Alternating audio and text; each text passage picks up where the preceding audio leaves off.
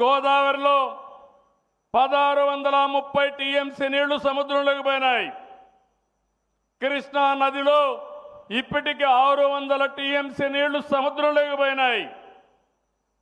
ఈ సముద్రంలోకి పోయే నీళ్లు అటు తెలంగాణ ఇటు ఆంధ్రప్రదేశ్ రెండు రాష్ట్రాలు కూడా సమర్థవంతంగా ఉపయోగించుకోగలిగితే ప్రతి ఎకరాకు నీళ్లు ఇచ్చే అవకాశం వస్తుంది. కరువు అనే మాట ఉండదని చెప్పి కూడా నేను మీకు తెలియజేస్తున్నా. అందుకే కొంతమంది మాట్లాడుతున్నారు, నేను బనకచెర్ల పోలవరం ప్రాజెక్టు కోసం ఆలోచించాను. మీ అందరికీ హామీ ఇస్తున్నా, పోలవరం ప్రాజెక్టు 2027కి పూర్తి చేసి జాతికి అంకితం చేసే బాధ్యత ఈ ప్రభుత్వానిది.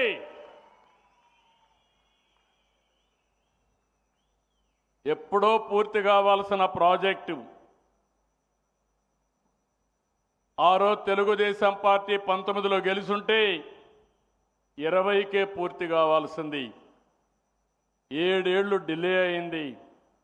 దీనికి కూడా కారణం మీరు ఆలోచిస్తే రాజకీయ కక్షతో అవగాహన లోపంతో గోదావరి పైనుండే పోలవరంలో డయాఫామ్ వాల్ ఎప్పుడు కూడా గోదావరి ఓసారి ఉగ్ర రూపంలో వస్తుంది. 40-50 లక్షల క్యూసెక్స్ నీళ్లు వస్తాయి. అంటే ఒకే రోజు 400 నుంచి 500 టీఎంసీ నీళ్లు సముద్రానికి పోతాయి.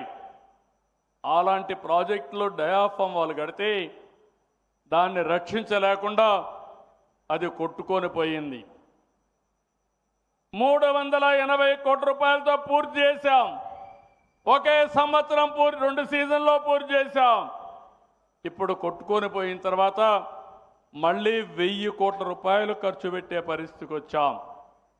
కాలయాపన ప్రయోజనాలు కూడా రాకుండా పోవడం, మళ్ళీ ఆ ప్రాజెక్ట్ని పూర్తి చేసే పరిస్థితికి వచ్చాం.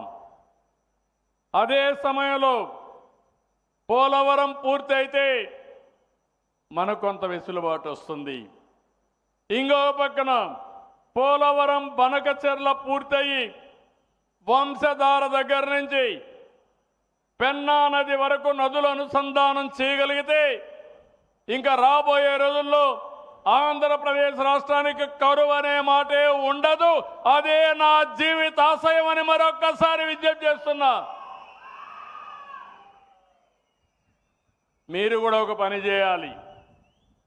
నదుల అనుసంధానం ఒక కార్యక్రమం అయితే ఈరోజు తెలంగాణలో కూడా ఉండే వాళ్ళు కూడా ఆలోచించాల్సింది, అక్కడ కూడా నీళ్ళని సద్వినియోగం చేసుకుని ఎక్కడికక్కడ మనం పూర్తిగా ఉపయోగించుకోగలిగితే తెలుగు జాతికి తిరుగుండదు.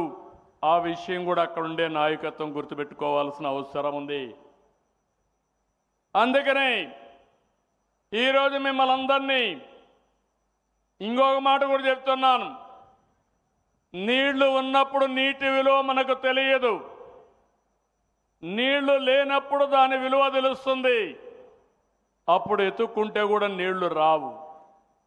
అందుకే మిమ్మల్ని అందరినీ కోరుతున్నా, జలాశయాల్లో నీళ్లు పెట్టుకోవడం ఎంత ముఖ్యమో భూమిని ఒక జలాశయంగా తయారు చేసుకోవడం అంతకంటే ముఖ్యం. అందుకే ఒక విధానానికి శ్రీకారం చుట్టాం. వర్షాకాలం అవుతానే 3 మీటర్లో నీళ్లుండాలంటే 10 అడుగుల్లో నీళ్లుండాలి. మళ్ళీ వర్షాకాలం కంటే ముందు 8 మీటర్లంటే 24 అడుగుల్లో నీళ్లుండాలి. 5 మీటర్లు మనం వాడుకుంటే 500 నుంచి 600 టీఎంసీ నీళ్లు మనం వాడుకున్న వాళ్ళం అవుతాం. దీనికి శ్రీకారం చుట్టాల్సిన బాధ్యత మనందరి పైన ఉంది. ఈరోజు ఈ ప్రభుత్వం ఒక యజ్ఞం మారిగా అభివృద్ధి కోసం ముందుకు పోతున్నాం. కొంతమంది రాక్షసుల మారిగా ఈ యజ్ఞాన్ని భగ్నం చేయడానికి అన్ని విధాల ప్రయత్నం చేస్తున్నారు.